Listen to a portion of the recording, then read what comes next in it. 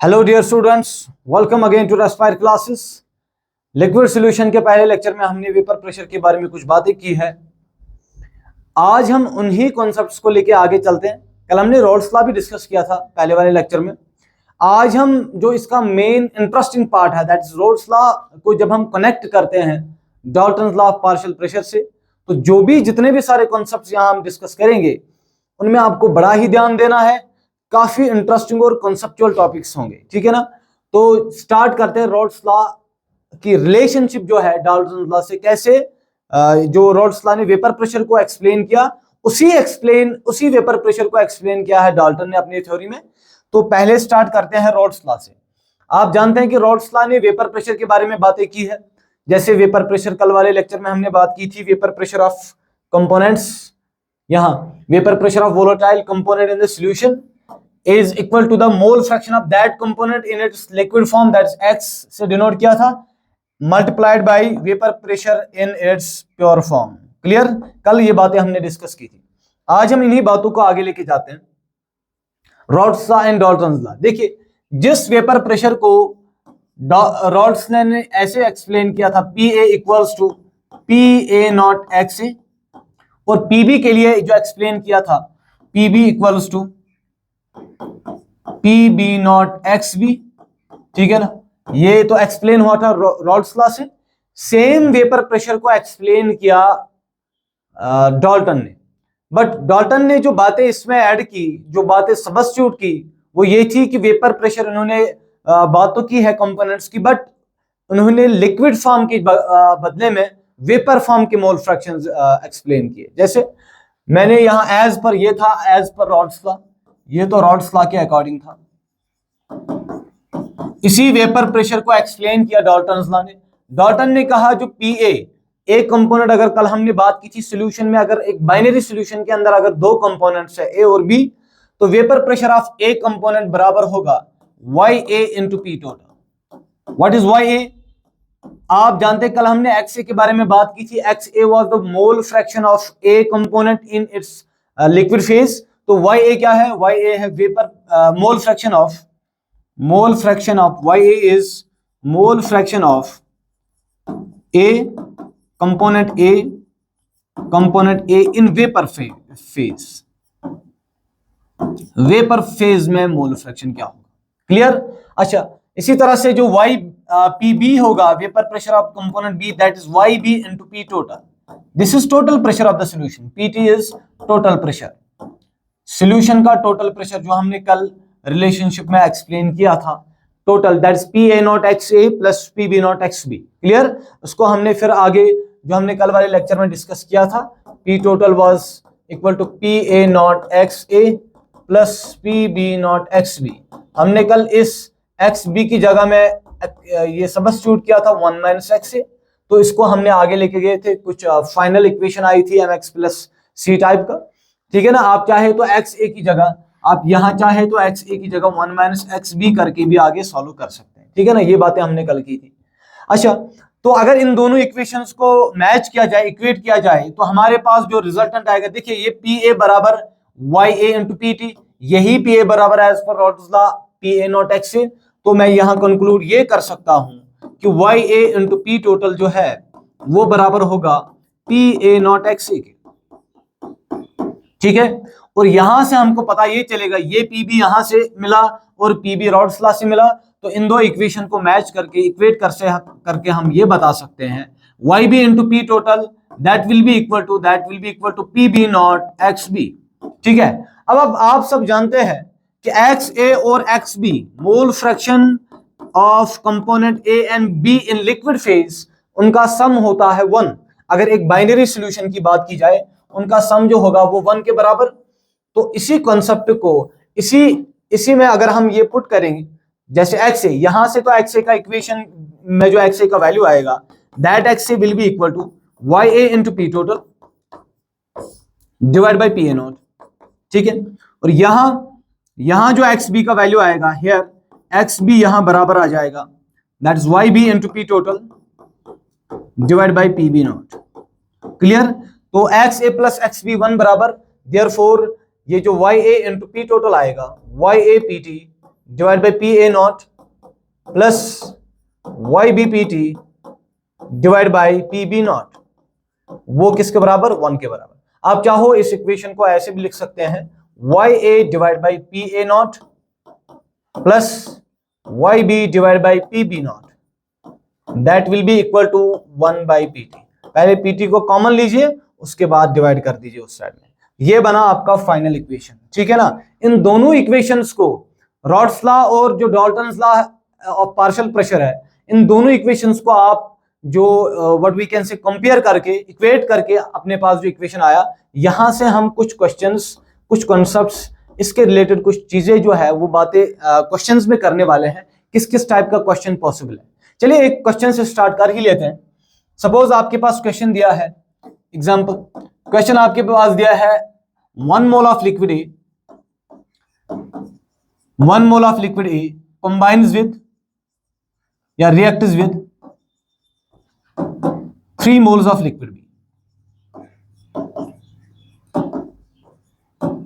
3 moles of liquid B। Clear? शाबाश। दो liquids को मिलाया जा रहा है, ए का 1 मोल और बी के 3 मोल्स मिक्स किए जा रहे हैं। फाइंड या गिवन, पहले कुछ इंफॉर्मेशन जो है वो मैं यहां दे रहा हूं। Given P A not suppose 20 है, पी ए नॉट 10 रख लेते हैं या 20 है, 20 mmHg millimetre of mercury scale, and P B not दिया हुआ है 10 मिलीमीटर ऑफ मर्क्यूरी। करना क्या है? करना हमको है फाइंड, आपको बोला जा रहा है X A, X B, Y A, Y B and P total करना, ठीक है ना। ये सारी चीजें हमको करनी है। चलिए स्टार्ट करते हैं। देखिए अपने पास जो यहां डेटा दिया है, इस डेटा को हम यूज करके, देखिए 1 मोल ए का 1 मोल ऐड किया जा रहा है, तो एक्स ए किसके बराबर आएगा? एक्स ए बराबर आएगा moles of A that is 1 divide by total moles, 1 + 3 that is 4, तो आएगा 0.25, ठीक है ना। इसी तरह से एक्स बी का वैल्यू आएगा फिर 0.75। ये एक्स ए और एक्स बी आ गया। अब करना क्या है? करना है हमको करना है, ये वाला आ गया, एक्स ए और एक्स बी आया। अब वाई ए वाई बी, पहले पी टोटल देख लेते हैं, बिकॉज पी टोटल हमारी वाई ए और वाई बी वाली इक्वेशन में पी टोटल का यूज होगा। तो पी टोटल बराबर होगा P A not X A plus P B not X B, ठीक है। तो पी ए नॉट दिया हुआ है, P A not is 20 multiple by X A that is 1/4 plus P B not is 10 multiple by, और यहां है 0.75, ठीक है। तो ये 1/4 हुआ, तो वो 3/4 होगा, ठीक है। तो ये बन जाएगा 5 + 30/4, तो ये आ जाएगा 4 5 20 + 30 दैट इज 50/4, 50/4 कर लो तो 12.5, ठीक है। अपने पास आ गया। ये बड़ा सिंपल सा क्वेश्चन है। तो अभी हमको करना है वाई ए वाई बी, लेकिन जो कुछ बातें, जो इंपॉर्टेंट बातें हैं, जो मैं यहाँ असल में आपसे यहाँ डिस्कस करने वाला हूँ, वो कुछ और बातें होंगी। ये तो बड़ा सिंपल सा कैलकुलेशन लग रहा है। यहां हम सॉल्व करेंगे वाई ए और Y B. Y A P total मैं लिख सकता हूं that is P A not X A, ठीक है ना। ये दोनों में, ये वाली इक्वेशन हमको मिला था डाल्टन्स लॉ से, और ये वाला इक्वेशन हमको मिल रहा है रॉड्स लॉ से। तो वाई ए किसके बराबर आएगा? इसका मतलब ये है कि वाई ए बराबर आएगा P A not X A. P A not X A का वैल्यू आया था हमारा 20/4 that is 5 divide by P total आया 12.5 that is 25/2, so 10/25, 5 2 5 5, so 2/5 आपका YA आ रहा है। तो YB कितना आया होगा? YB आएगा 3/5, ठीक है ना। सच दैट बिकॉज जो YA और YB का सम होगा that will be equal to 1। तो अगर XA आ गया, अगर YA 2/5 आया, तो जरूरी है कि YB 3/5 ही आ जाए, ठीक है ना। तो अपने पास वैल्यू तो आ गया, सारे के सारे वैल्यूज आ गए। लाइक एक्स ए का वैल्यू आया अपने पास, एक्स ए का वैल्यू आया 1/4, एक्स बी का वैल्यू आया 3/4, वाई ए का वैल्यू आया 2/5, वाई बी का वैल्यू आ रहा है 3/5, और साथ ही साथ में पी टोटल का वैल्यू आया 50/4, 12.5। देखिए इसमें जितनी भी अब बातें हैं जो मैं आपसे शेयर करना चाहता हूं मेरे भाई, वो बातें ये है कि आपका जो टोटल प्रेशर आ रहा है सॉल्यूशन का दैट इज 12.5। तो मैं आप समझिए, आप सोचिए और आप देखिए कि ये जो P total 12.5 mm of Hg है, इट इज वेरी क्लोज। ये 12.5 बहुत ही क्लोज है किसके, क्या ये PA नॉट के क्लोज है या PB नॉट के क्लोज है? देखिए यहां PA नॉट तो 20 है और PB नॉट कितना है, 10 है, ठीक है ना। PA नॉट 20 है और PB नॉट 10। तो बताइए किसके ज्यादा क्लोज है? क्लोज तो ये मेरे भाई दिख रहा है PB नॉट के। तो डेफिनेटली आप यहां से एक शॉर्टकट अप्लाई कर सकते हैं, एक ट्रिक अप्लाई कर सकते हैं, एक शॉर्ट में एक आंसर ये बता सकते हैं कि since this P total is very close to PB naught, hence the moles of PB naught, hence the moles of B component in the solution will be more as that of A। आप देख पा रहे हैं जो इसका mole fraction होगा और moles भी होंगे वो ज्यादा होंगे किससे, एक ए से ज्यादा होंगे। P टोटल हमेशा, ये जो P टोटल है ये हमेशा it always lies between the two components, between the vapor pressure of two components। Component ए का वेपर प्रेशर आपके पास दिया था 20 प्योर फॉर्म में, बी का दिया है 10, और आपका जो फाइनल सॉल्यूशन का वेपर प्रेशर है वो डिक्रीज होता है। फाइनल सॉल्यूशन का वेपर प्रेशर डिक्रीज होता है जब हम दो कंपोनेंट्स को मिक्स करते हैं। कैसा, इसके बारे में जितने भी प्रूफ बातें होंगी वो हम करेंगे आगे जाके, इसी चैप्टर के अंदर बातें करनी है कि सॉल्यूशन का वेपर प्रेशर बार बार आपको ये चीज दिखेगी कि सॉल्यूशन का जो वेपर प्रेशर है दो कंपोनेंट्स के वेपर प्रेशर के रेस्पेक्ट में कम ही होता है। सॉल्यूशन का वेपर प्रेशर जो दो कंपोनेंट्स के वेपर प्रेशर होते हैं प्योर फॉर्म में उनसे कम ही होता है। It lies in between the vapour pressure of two components. तो ये जो P टोटल आपका 12.5 आ रहा है, since this 12.5 is very close to the vapor pressure of B, hence the mole fraction of B in that solution will be more। तो B के मोल fractions ज्यादा होंगे A के रेस्पेक्ट में। ये एक तरीका है, दिस जस्ट अ वे कि आप शॉर्ट में कैसे बता सकते हैं कि मोल फ्रैक्शन A का या B का ज्यादा आ रहा है, ठीक है ना। ओके आगे चलते हैं। अब मुझे आप ये बताओ कि इस डेटा को बड़े ध्यान से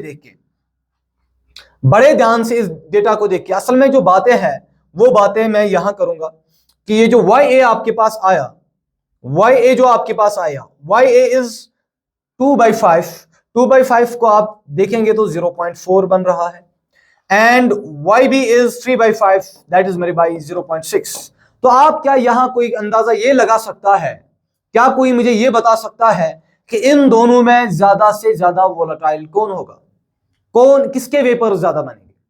कोई बता सकता है कि YA आपका 0.4 आ रहा है, YB आपका 0.6 आ रहा है। तो मेरे भाई मेरा क्वेश्चन ये है कि आप मुझे बताइए कि वेपराइज कौन ज्यादा होगा, क्या A वेपराइज ज्यादा होगा और इन दो कंपोनेंट्स में वेपराइज A ज्यादा होगा या B ज्यादा होगा? चलिए YA आया 2/5 और YB आ रहा है 3/5। YA 2/5 और YB आ रहा है 3/5। 2/5 का मतलब आप जानते हैं और 3/5 का मैं मतलब जानता हूं 0.6। तो बताइए कौन वेपराइज ज्यादा होगा। सिंस आप यहां से ये कंक्लूड मत करिए कि वेपर फेज में इसका मोल फ्रैक्शन ज्यादा आ रहा है B का, तो B ज्यादा वेपराइज होगा। बिल्कुल ऐसा तो जरूरी है कि अगर मैं यहां एक कंक्लूजन लिखूं, छोटा सा कंक्लूजन यहां अगर हम बात करेंगे, more is P naught, more will be volatility, ठीक है ना। जितना सबस्टेंस का P नॉट यानी कि वेपर प्रेशर जो होगा, जो प्योर फॉर्म में वेपर प्रेशर है वो ज्यादा होगा, उतना एक कंपोनेंट वोलाटाइल ज्यादा होगा। ऑल्दो लेकिन इसका कभी भी ऐसा मतलब नहीं है कि यहां पे देखिए, यहां पे जो PA कंपोनेंट इसका वेपर प्रेशर 20 है और B वाला कंपोनेंट जो है इसका प्योर फॉर्म में vapour pressure 10 millimetre of mercury है। बट इसका कभी भी ऐसा मतलब नहीं, इस वाली सिचुएशन में इसमें हम ये नहीं बता सकते कि ये जो A है वो ज्यादा वोलेटाइल है। नो डाउट कि P का ये जो एक कंपोनेंट है उसका प्योर फॉर्म में वेपर प्रेशर काफी ज्यादा है, बट A के मोल्स इतने कम है, आप देखिए याद करिए इस क्वेश्चन में हमको दिया क्या जा रहा है, हमको दिया जा रहा है 1 मोल of A is mixed with 3 moles of B। अरे बात समझने की कोशिश करो आप, बात समझने की कोशिश करो। नो डाउट मैं यहां लिख सकता हूं although PA not is greater than PB not, but that doesn't mean, ये डिटेल आप लिखेंगे, दैट डजंट मीन कि A will be more volatile, because जो वोलेटिलिटी होती है एक सब्सटेंस की, मतलब जो वेपराइज होने की टेंडेंसी होती है YA into P total, that depends upon both PA not as well as XA, ठीक है ना। तो ये PA देखिए P total तो दोनों के लिए सेम है। अब ये जो PA किसका YA ज्यादा होगा, ये डिपेंड करेगा ना, ये खाली डिपेंड करेगा XA पे, ना ये खाली डिपेंड करेगा PA नॉट पे। इन जनरल केस अगर मैं XA और XB सेम कर दूं, अगर मैं मेरे भाई XA और XB सेम कर दूं, तब जिसका PA नॉट ज्यादा होगा उसका YA ज्यादा होगा, वेपर फेज में उसके जो जो उसका मोल फ्रैक्शन होगा वो ज्यादा होगा, और व्हाट वी कैन से कि उसकी जो वोलेटिलिटी है वो कंपोनेंट ज्यादा वोलेटाइल होगा। But since only one mole of A, आप ये इस सब से कहने का ये मतलब है कि देखिए ए की जो वोलेटिलिटी है वो काफी ज्यादा है, वो मोल फ्रैक्शन उसका जो वेपर फेज में है वो ज्यादा बना सकता है, वो वोलेटाइल ज्यादा है बिकॉज उसका PA नॉट ज्यादा है। बट आप ये भी देख लो कि क्या बीकर के अंदर ए के मोल सफिशिएंट है या नहीं है। यहां पे जो YA यानी कि ये जो वोलेटाइल होने की टेंडेंसी है, वोलेटिलिटी जो है, ये डिपेंड करेगा, ये दोनों चीजों पे डिपेंड कर रहा है, ये PA नॉट पे भी डिपेंड कर रहा है एज वेल एज ये डिपेंड कर रहा है XA पे भी, दोनों पे इसकी डिपेंडेंसी है।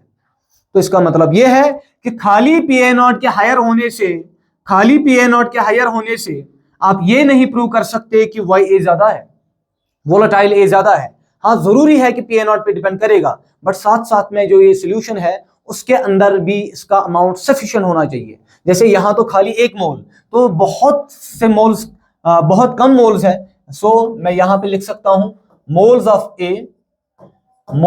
A in the solution is very less. तो लिक्विड फॉर्म में इसके मोल्स जो होने चाहिए वो भी अच्छे खासे होने चाहिए, दोनों पैरामीटर्स का इक्वल कंट्रीब्यूशन, ये भी बढ़ेगा, ये ज्यादा होगा, तब जाके YA ज्यादा होगा, ठीक है ना। तो आज के बाद आप ये ध्यान में रखेंगे, अगर दो कंपोनेंट्स का मोल फ्रैक्शन बराबर है और उनका वेपर फेज में जो उनका जो प्योर फॉर्म में जो वेपर प्रेशर है वो एक जिसका ज्यादा होगा वो होगा ज्यादा वोलेटाइल, ठीक है ना। चलिए और एक बात, पहली बात तो कंफर्म है। दूसरी बात मैंने यहां पे हमारे पास दो इक्वेशंस आ रही है, यहां पे हमारे पास दो इक्वेशन को हमने इक्वेट कर दिया, YA इंटू P टोटल बराबर PA नॉट XA। क्या मेरे भाई कोई मुझे बता सकता है can XA equal to YA, क्या XA और YA एक साथ बराबर हो सकते हैं? Can XA equal to YA, that means क्या mole fraction of A in liquid phase be equal to mole fraction of A in vapor phase? देखिए ये तो तब पॉसिबल है ना, दिस इज पॉसिबल, ये तब पॉसिबल है जब आपके पास जो total vapour pressure total solution का होगा दैट विल बी बराबर इक्वल टू PA नॉट, और वो तब होगा, दिस इज ओनली पॉसिबल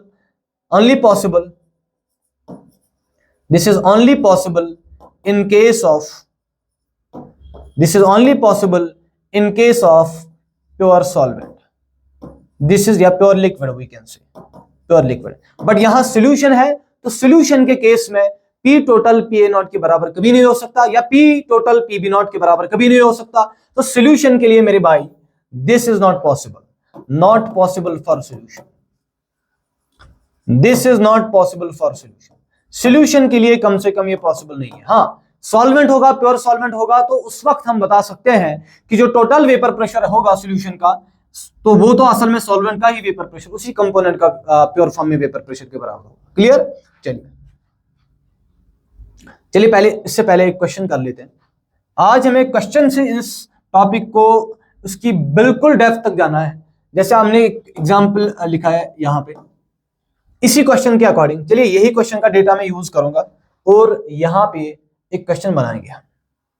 मेरे भाई आप ध्यान देना, यहां पे मैं क्वेश्चन बना रहा हूं, ये आपने लिक्विड A और लिक्विड B मिला दिए थे, ठीक है, यहां लिक्विड A और ये लिक्विड B। क्वेश्चन आपका ये है, हमारा क्वेश्चन ये है, फाइंड, आपको बताना क्या है, find X A X B, X A X B, Y A and Y B, when one mole of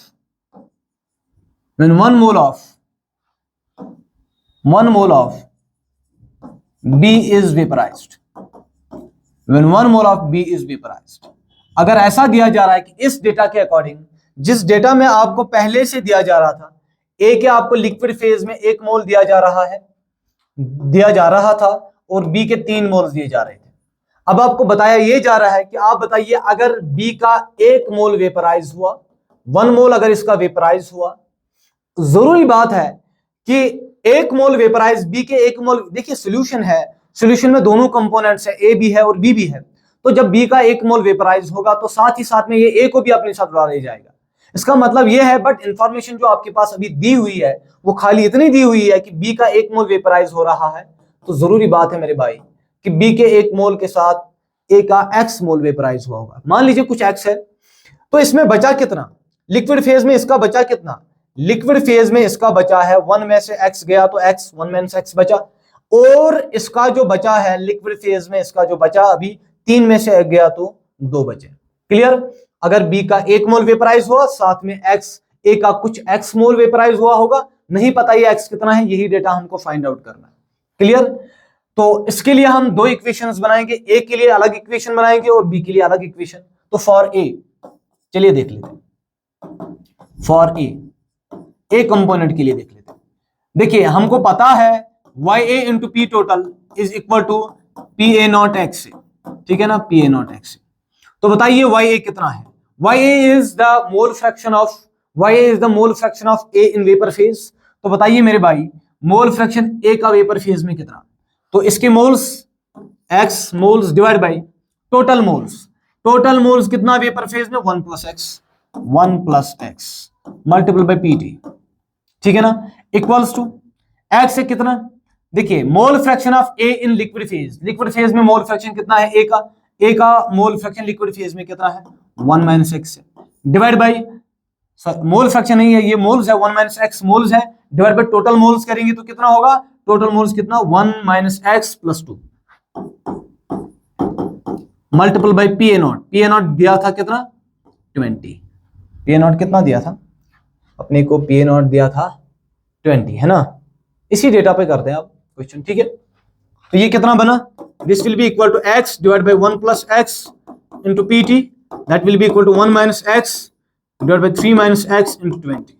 ये बन गया आपका पहला इक्वेशन।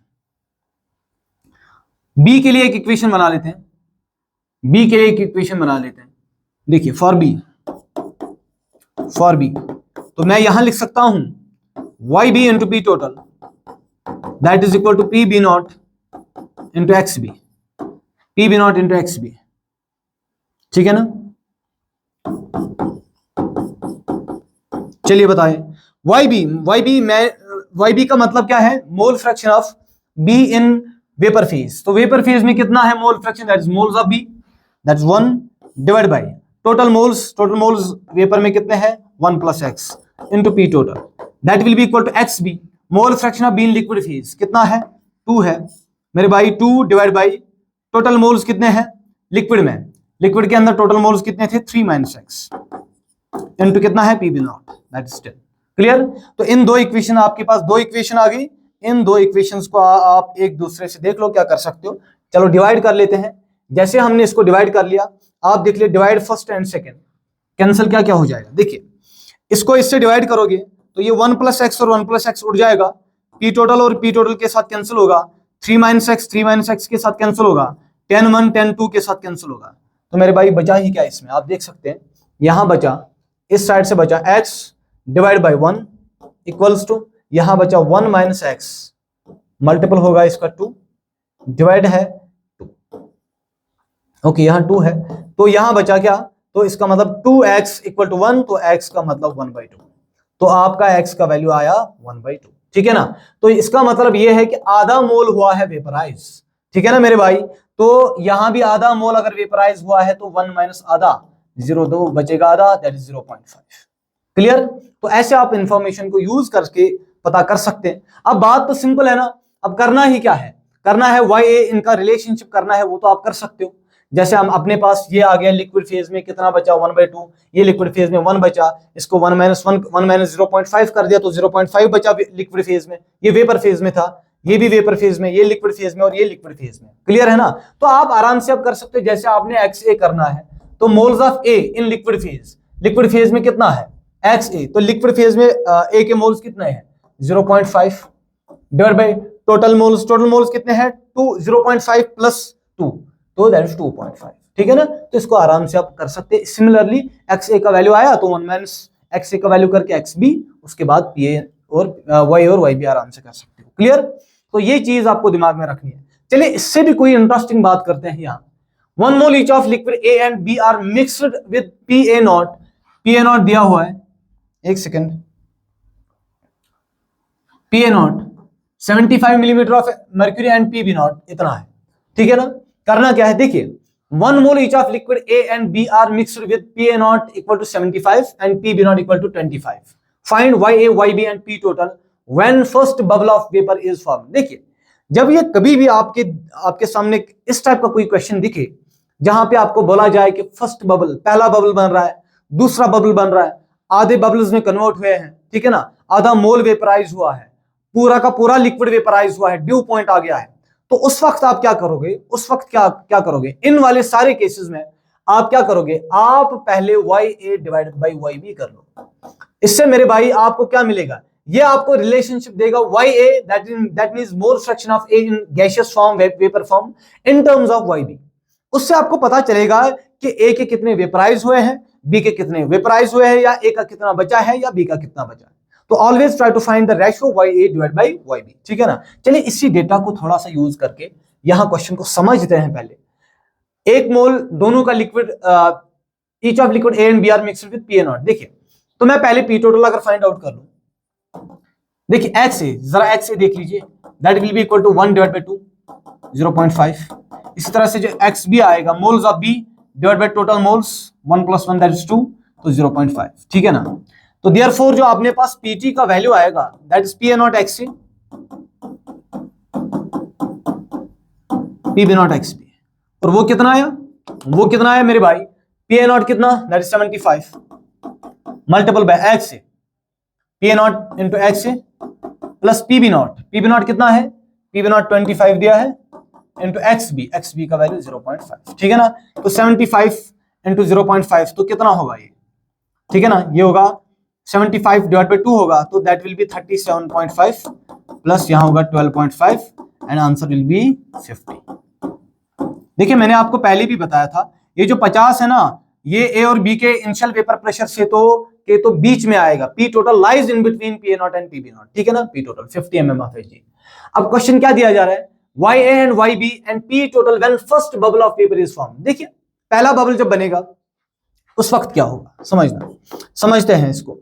हम कोशिश करेंगे YA बाई YB करने की, बिकॉज आप जानते हैं कि YA बाई YB अगर हम रेशो करेंगे तो YA डिवाइड बाई YB किसके बराबर, देखिए YA किसके बराबर होगा, PA0 XA by P total. YB किसके बराबर, जब हमने डॉल्ट्स लॉ और रोल्स लॉ को रिलेट कर दिया, ठीक है ना, तो ये बना P। देखिए XA और XB तो सेम है, दोनों का मोल फ्रैक्शन 1/2 आ रहा है, दोनों का मोल फ्रैक्शन आ रहा है 0.5, तो XA और XB भी चला गया, तो ये किसके बराबर, YA by YB that is equal to PA0 by PB0। PA0 कितना था 75 divide by PB0 that is 25 that is 3/1। इसका मतलब ये है मेरे भाई, इसका मतलब ये है कि यहाँ पे जो YA डिवाइड बाई YB का रेशो आया, वो आया 3/1, 3:1। इसका मतलब यहां से ये कंक्लूड कर सकता हूं मैं कि YA के 3 मोल्स, YB के 1 मोल, इसका मतलब YA का वैल्यू आएगा 3/4, और सिमिलरली जो YB का वैल्यू आएगा मेरे भाई दैट विल बी 1/4। इतने मोल्स होंगे किसके, इतने मोल्स होंगे वेपराइज वेपर फॉर्म में किसके, A के और B के, जब पहला बबल बना होगा। इसके 3/4 मोल्स होंगे, और इसका अब कैसे, यहाँ A के मोल्स तो 3 थे, तो डिवाइड बाय टोटल मोल्स, तो 3 + 1 दैट इज 4। यहाँ B के मोल्स तो 1 है, तो B के मोल्स 1 है, इसका मतलब ये है कि यहाँ पे जो B का मोल्स 1 है तो टोटल मोल्स कितना हो 1 डिवाइड बाई 3 + 1 दैट इज 4। ठीक है ना? अब साथ ही साथ में P टोटल आप फाइंड आउट कर सकते हो, आपने चेक किया था यहाँ 50। अब दूसरी बात यह है कि YA and YB1 0.5 mole of A are vaporised. जब आधा मोल वेपराइज हुआ है, अब आप खुद सोचिए, इस क्वेश्चन को हम ऐसे भी लेके जा सकते हैं, जैसे मैंने पिछला वाला क्वेश्चन किया, यहां पे हम ऐसे भी लेके जा सकते हैं, यहां ऐसे।